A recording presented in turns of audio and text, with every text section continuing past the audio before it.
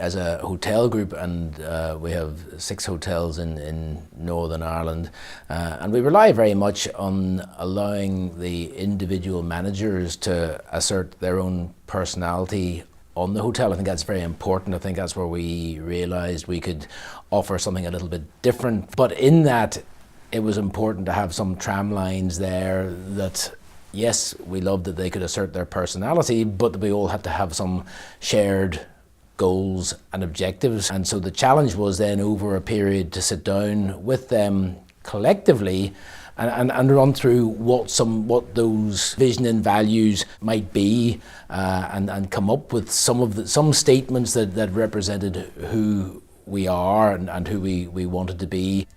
What every member of staff now gets on their induction is this card, and on the one side is our vision, and then on the other side the vision and values. We've been working with Joy in her leading governance role. There was a really good fit between the sort of conversation that she was able to have, not only with me, with my fellow board directors, with the general managers, but then as we cascaded it further down the organisation to make sure that when we were embedding it, that actually the messages were getting through. Leading governance was able, through Joy, to make the right interventions at the right time, in order to make sure that we saw through the process to a result. And I suppose the proof of the pudding is that I'm here considerable amount of time later saying it still has validity today.